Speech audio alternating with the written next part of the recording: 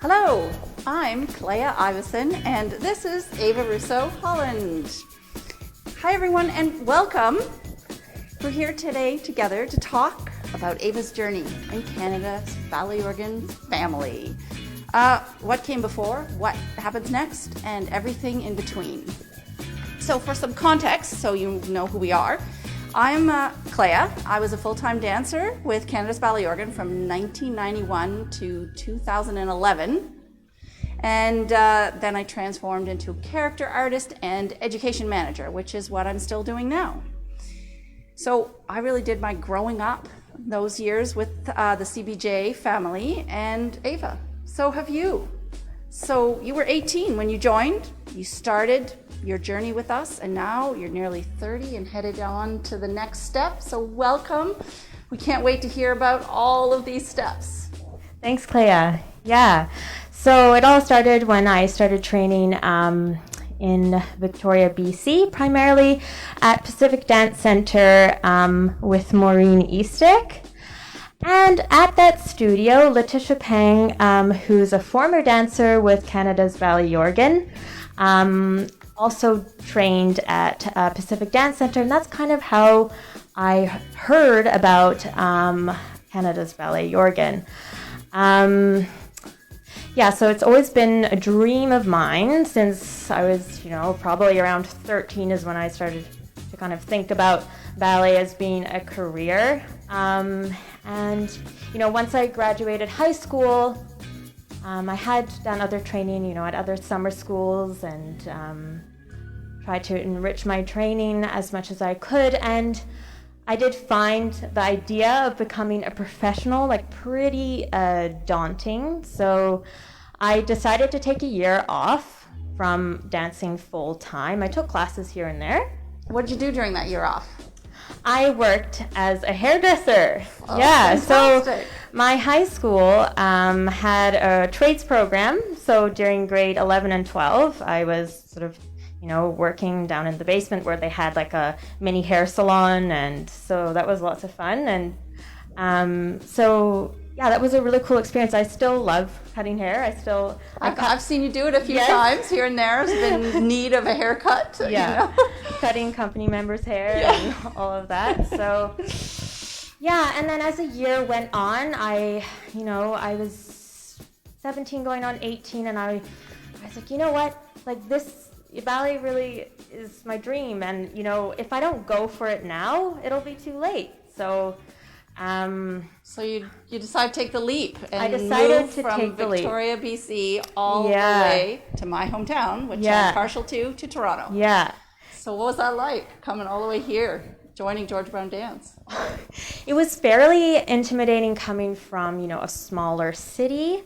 I would say living in Toronto is a very different experience.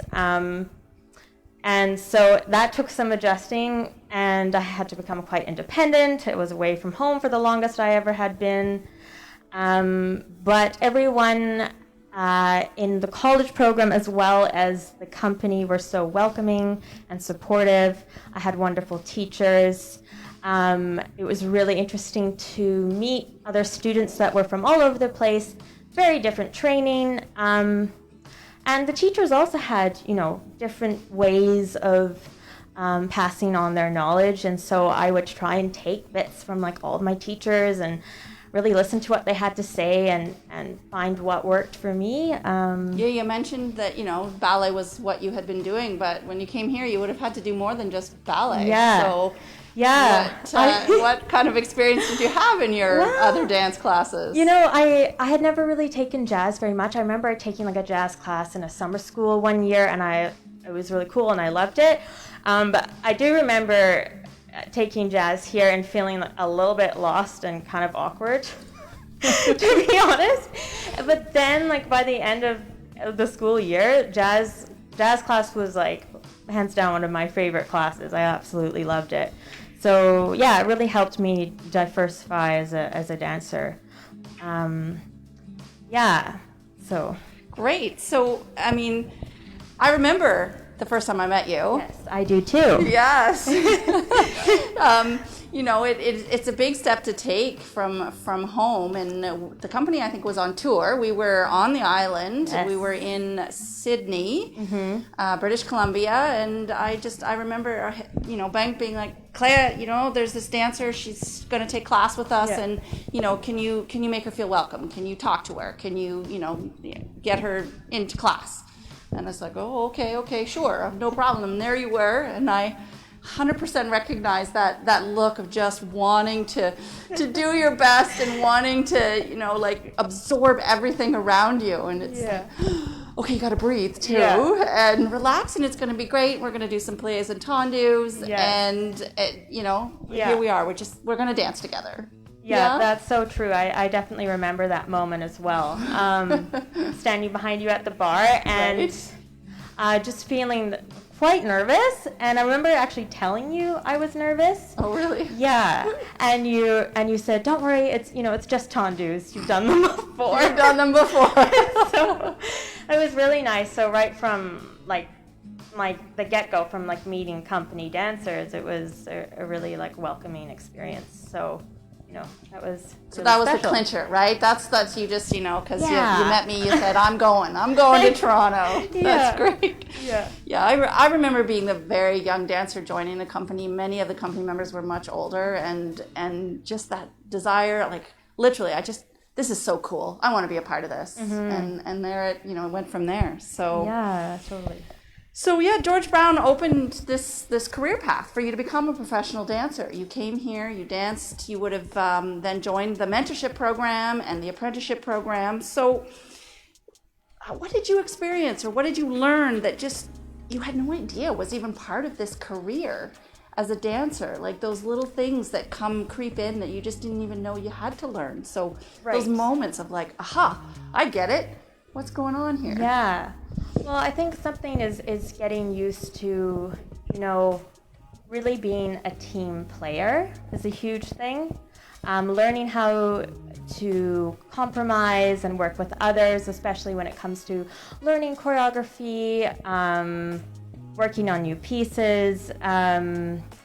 Because, some people will listen to music differently. They like to count it, and then some people like to sing it, so learning how to work with others as a team and support each other. I mean, of course, when I was dancing at home, we were all supported each other, but it's at a different sort of level when you're working with a company and it becomes being part paid of this to do this show. You have to be professional, and it's your job. It's part of the skill set, right? It's not that you can just dance and be an amazing dancer, but you have to be able to dance with other people, supporting other people, and just the whole range of personalities and artists and forms of expression, all merge to make a wonderful performance or a wonderful art form. But it's more than just the technique, right? Exactly. I don't know if you want to hear, but I have a good story from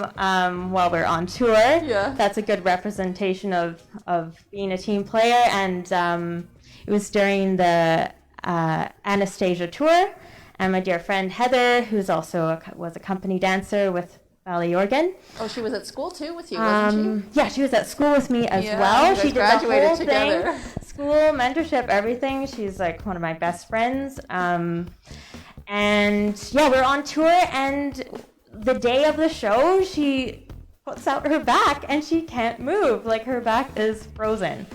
And so I had to cover her role, and then as well as do everything else that I was doing at the time. So all the core parts, as well as the role of the nurse. Right. Which you know very well. Yes, that to do the same thing.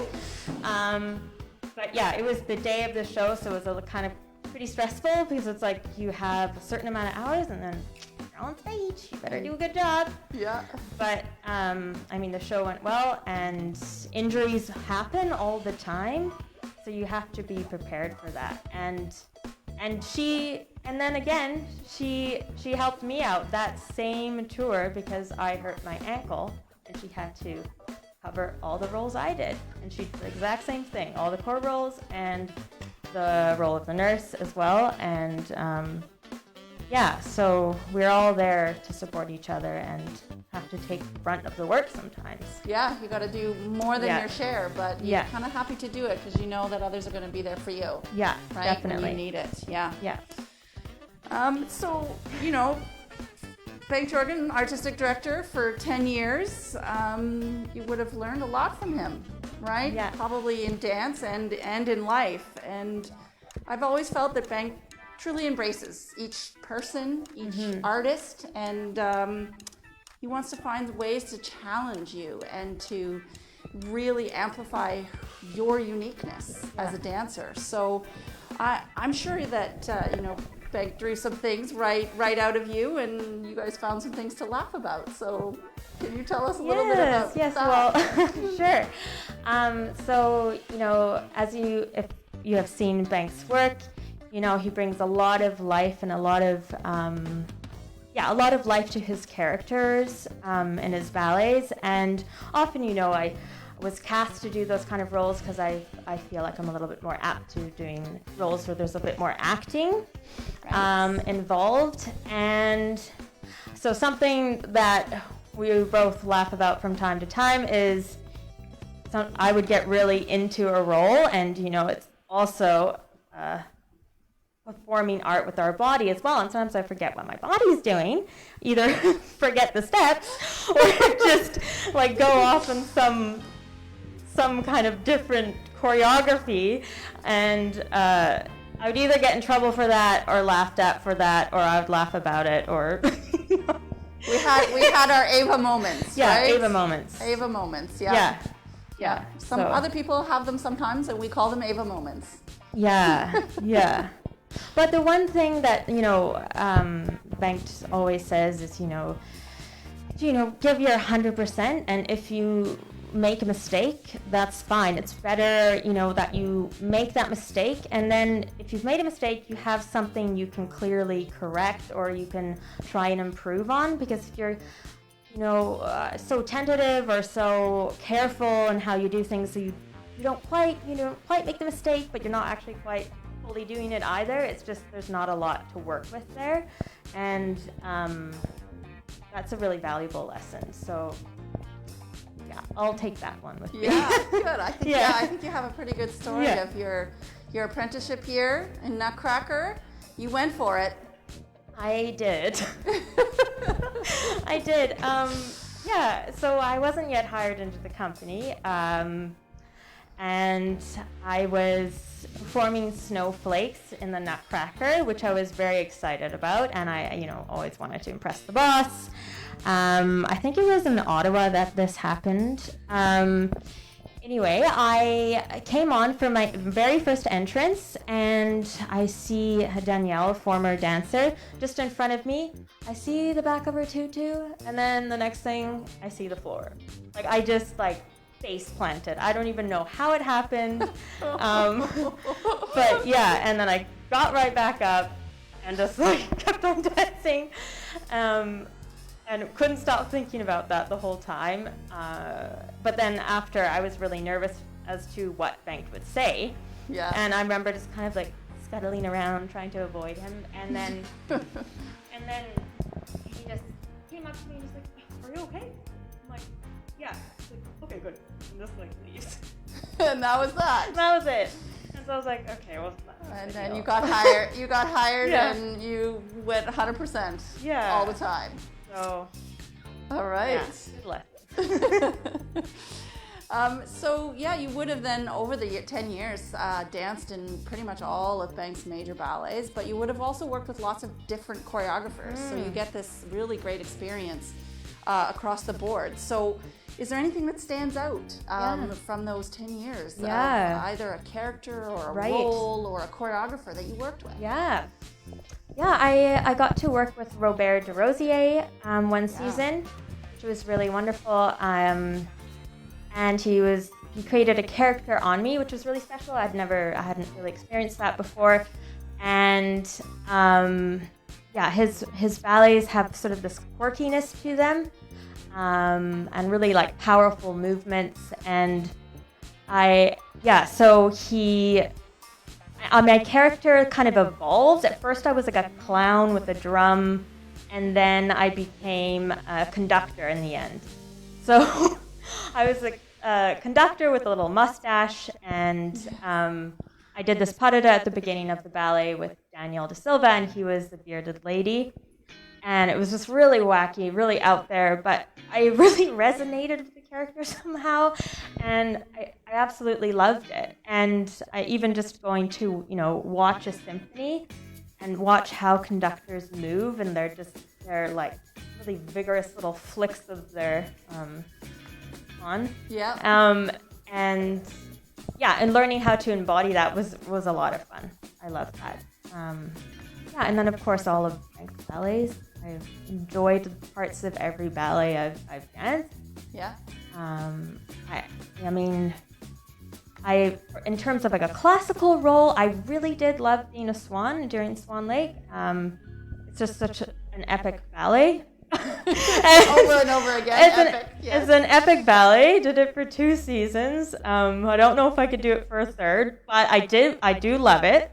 And and performing Signets was really cool. I mean, after having done the full first entrance of the Swans, and then doing Signets, and then staying on stage, that's really difficult. But you feel so fulfilled at the end of it. I worked so hard to do this, and I've pulled it off. And it's a feeling that you can't really replace. And I think I will miss that about performing, that feeling of accomplishment at the end of doing a whole ballet. So yeah, and it's a little different, dancing a swan. As opposed to a character, right? Yeah. Like you mentioned with De Rosier or with, other ballets where, you have character development through a character, and it has a different sort of fulsome experience. And then you get that swan, and your technique and the quality of your movement just goes, and you feel fulfilled at the end. Yeah. Because you have created that, with your movement. So and music. Yeah. Well, along with all of those roles that you do them over and over again because it's a touring company. So what's it like being on tour, and how did this sort of become part of who you are or who you've become because of living this touring life? Yeah. Tour is such a huge part of Canada's Ballet Organ, and I really had to learn to adapt to any situation, not getting too comfortable because you are constantly on the move. You're living out of your suitcase. You never know when you might miss a ferry or the flight will delay, and you arrive there an hour before. I remember it was Copalia. Luckily, I wasn't in the group who was traveling, and their plane got so delayed that they were there the day of the show. But things like that do happen, and you have to learn to just roll with the punches. Yeah, you gotta go with the flow. Yeah, go with the flow. There's so many amazing aspects of tour, just the scenery, being able to see the transition from one province to another, just geographically. Yes. And 1 kilometer at a time. 1 kilometer at a time, and we do get days off where we get to go on hikes and explore our areas, and also interacting with local people, and our local participant program. I don't know if people have heard of, but that's really special as well, as being able to really reach out to the community at a different level other than just, showing up and being this kind of untangible performance. This swan on a stage. Yes. Yeah, you get to actually connect with people. So that's really special about tour. Yeah. And this most recent tour, pre-pandemic, of course, you had a really special opportunity because your husband came on tour, helping out, driving, but got to kind of live the tour experience. So he did. What did he notice and understand better about what it's like to have a touring partner? I think he realized, at the beginning, he was so excited because, we're staying in hotels and you get the free breakfast and all of that. And he got to see the shows from backstage and see the scenery and, have fun with the rest of the crew, the rest of the dancers, what have you. But but as everyone kind of goes through this process when they're on tour, usually it's like by the third or fourth week, you start to maybe not appreciate the free breakfast as much. Wish you could be at home making your own breakfast.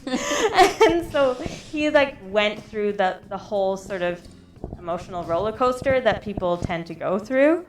I mean, it sounds dramatic, but sometimes it is. It's part of it. Yeah, those certain little things people get on your nerves a little bit after about 3 weeks. You know, you're a little less understanding. And well, I know that I certainly appreciated when Ben came on tour because he helped with some childcare and with some driving, which really allowed me to rejoin my touring CBJ family and perform and travel and bring my daughter along. And who knew that this was the last little sort of kick at the bucket when it came to touring, because I know who knows what it's going to be like going forward. So I really thought that just the family really came together. Your family, my family, the CBJ family, and it was a really special time. Such a special moment. Touring is a unique experience, and until you do it, it's really hard for someone to know what it's like. You can tell them, but when they feel it, because Annika, same thing. She was tired of those hotel breakfasts. So we will be taking some questions very soon. So please, put them in the chat, and we'll get to them. And I just have a couple more for Ayva to get things flowing here. So, what has dance and being a professional dancer taught you about life? Just something that's really jumps out at you that you've been taught through this whole part of your journey. Right. Well, I think, again, like being able to, adapt to any situation is something that really stands out to me. And also just, to keep motivated, just to appreciate where you are in that moment, I feel like is a really important thing that kind of helped me keep going. Being appreciative of like what you have and pushing forward. Great. And I'm hoping there's some young dancers who are, thinking and listening about what you've done and thinking about what they might want to do. So do you have a word of wisdom for their launch? Definitely. What's coming for them? I mean, because, ballet and dance can be a fairly cutthroat environment in terms of, trying to pursue a career or whatever it is that you want to do in that realm. But, you will face rejection here and there, but it's important to not take that personally and to, believe in yourself that you are enough as a person and you deserve to follow your dreams, really. Just follow your dreams, and you are enough as a person, and you don't need to be anyone else than what you are. Great. So you're officially retiring from Canada's Ballet Organ. So congratulations, Ayva, on an amazing journey. Thanks. We're going to miss you so much. So what's next? What does the future hold in these upcoming months, years, all that? Right. Well, I have been teaching a lot of dance-inspired fitness classes, which I've been really enjoying. Great. Really a positive experience, making people feel empowered. I just love that. I like, making other people feel important. It's a nice feeling. And my husband and I are going to be moving back to Victoria, BC, my hometown. And, in the future, we'd like to start a family, so we'll see how that goes. Awesome. But, I've always wanted to be a mom, so we'll see what happens. But, and you're sticking to your roots because you're driving. You're going to drive. We're going to drive. So doing a little tour. It'll be kind of like camping because we have a little setup in the back of the truck, so we might sleep in the truck sometimes, maybe sleep in a hotel sometimes. We'll see. Right. It'll be fun. That sounds super, super exciting. I'm so happy for you. Thank you. So we do have a question. Shall we move on to some audience questions? So Dan Stern wrote us and asked, What was it that kept you motivated for 10 years? Right. Well, the funny thing is I feel like ballet is kind of like a self-motivating art form in itself because this is kind of weird. Let's unpack that one. But the thing is, it's like, you never will be perfect. There's always something to work on. Mm-hmm. So just having that sort of like carrot dangling in front of you, like, oh, this worked this time. Oh, that's motivating me to work harder, some more. And then you'll have times where you're like, oh, I just can't get this. But there's always going to be, the light at the end of the tunnel. So I feel like that really kept me motivated throughout, as well as just, having a different ballet to work on from season to season. I was like, oh, okay, so we're going to work on this. I'm excited. I want to work on this new ballet, and I wonder what it's going to be like. And so just the unknown, just kept me going, Yeah, and then, Nutcracker every year, so you just have to find new things to work on every time. New things, new personas, new inspiration. And we have another question here from Taylor Gill, a dancer that we know well. Yes. She wants to know, where's your favorite place in Canada? Favorite place in Canada?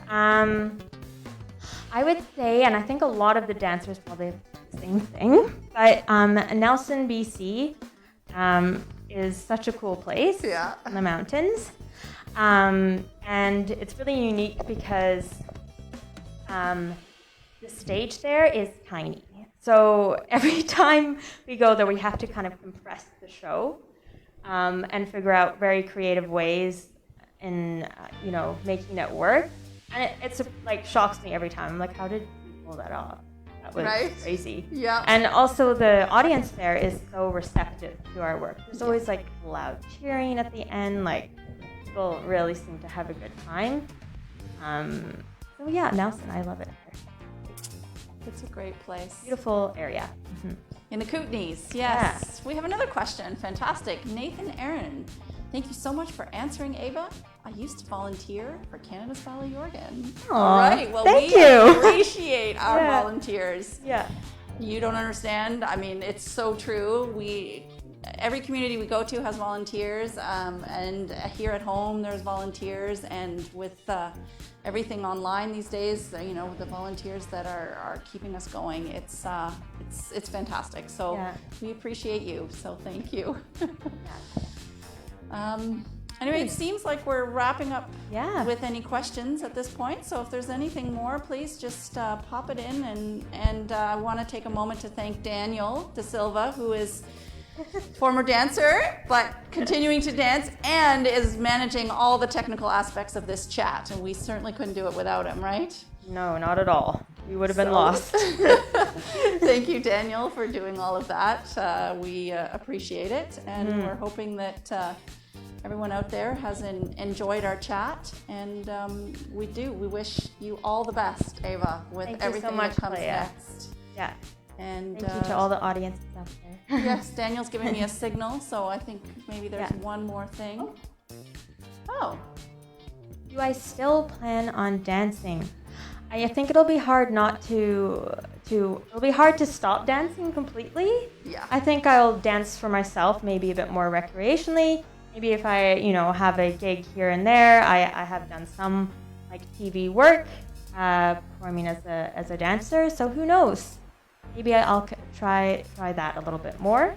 I think we'll get some more Ayva moments. Yeah, I mean, I can't stop dancing. No. Too much fun. I think. It's fun, and I certainly wasn't able to. I launched into the character artists, all the nurses and queens and grandmothers that are out there. I'm game. Sign me up. Yeah. So, we'll keep going.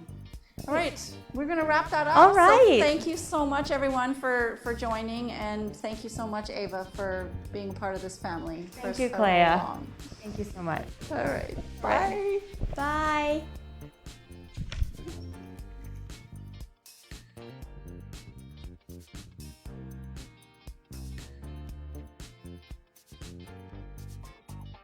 Bye.